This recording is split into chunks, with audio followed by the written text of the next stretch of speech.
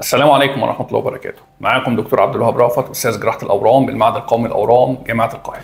استكمالا عن حديثنا عن أورام القولون، الفيديو النهارده إن شاء الله هنبدأ نتكلم مع حضراتكم عن إيه هي الفحوصات اللي بتبقى مطلوبة لمرضى أورام القولون. أولا قبل ما اتكلم في الفحوصات لازم نبقى فاهمين احنا ليه بنطلب الفحوصات دي او ايه الغرض من طلب الفحوصات ديت. الغرض من طلب الفحوصات في مرضى اورام القولون: واحد، الوصول لتشخيص دقيق لنوع الورم خصوصا الاورام الخبيثه. اثنين، تحديد دقيق لمرحله الورم ودرجه الورم. ده بيفرق معايا في وضع خطه علاج المريض. مين المريض اللي هكتفي ان هعمل له منظار قولوني واستأصل الزايده اللحميه او الكتله اللي موجوده عن طريق المنظار القولوني؟ مين هعمل له جراحه لاستئصال القولون والغدد الليمفاويه المجاوره؟ مين هديله علاج كيماوي وبعدها هعمل له جراحه لاستئصال القولون والغدد الليمفاويه المجاوره؟ علشان اقدر احط خطه علاج بطريقه مظبوطه لازم يكون عندي معطيات من الفحوصات الدقيقه اللي اقدر بيها اوصل لتشخيص دقيق. من غير التشخيص الدقيق ده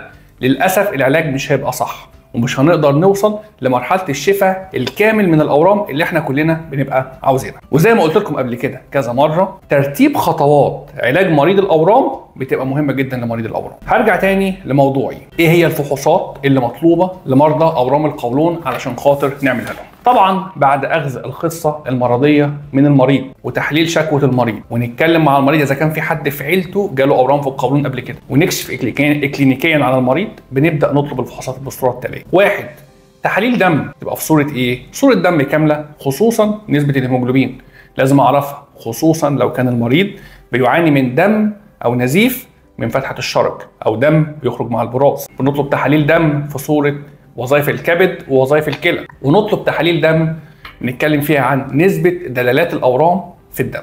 2 و3، المنظار والأشعاعات. وهنا لازم أشرح لحضراتكم، القولون عامل زي الخرطوم. أنا عشان أقيم القولون صح لازم أقيم الجدار الداخلي للقولون عن طريق المنظار القولوني. بعد ما بطلب من المريض يعمل تحضير قولوني جيد عشان ننظف القولون من جوه من أي براز أو أي بواقي براز. والمنظار بيقيم كل جزء في القولون، وفي حالة وجود كتلة أو قرحة أو زايدة لحمية لازم ناخد منها عينة علشان نحدد نوع الورم وعشان نحدد كمان درجة الورم. الجدار الخارجي للقولون والغدد الليمفاوية المجاورة للقولون بقيمها عن طريق الأشعة المقطعية بالصبغة الوريدية. بحدد مرحلة الورم بدقة، إن أنا بستبعد وجود أي ثانويات موجودة في الرئة أو في الكبد أو في الغشاء البريتوني أو في الغدد الليمفاوية المجاورة للشريان الأورطة عن طريق أشعة مقطعية بالصبغة الوريدية على الرئة والبطن والحوض، أو عن طريق مسح ذري على الجسم كله. ده صح وده صح، عشان محدش يجي يقول يا دكتور حد طلب أشعة مقطعية وحد تاني طلب مسح ذري، مين أصح فيهم؟ الاتنين صح. في بقى سؤال مهم جدا هنا لازم نقف ونتكلم عنه، إيه هو أو إيه هي الفحوصات الجينية لمرضى أورام القولون؟ وايه الغرض منها؟ الفحوصات الجينيه بتبقى عباره عن فحوصات بنعرف بيها وجود طفرات جينيه عند مرضى القولون، والفحص ده بيتاخد من عينه الورم زي ايه؟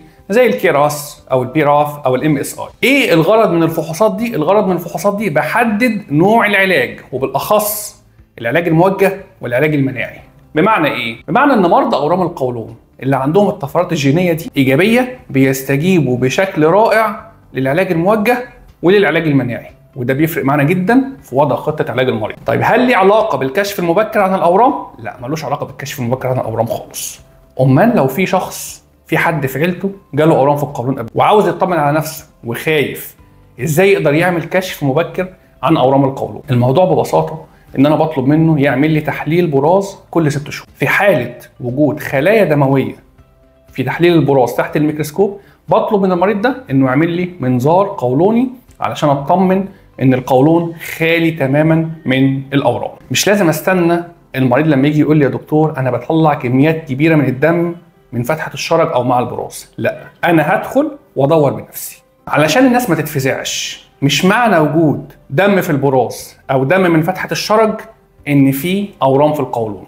اورام القولون من ضمن اسباب النزيف الشرجي، ولكنها اخطر الاسباب. علشان كده بيبقى ضروري علينا ان احنا نستبعد الاسباب دي، لان صحتكم بتهمنا، وربنا يتمم شفاكم على خير.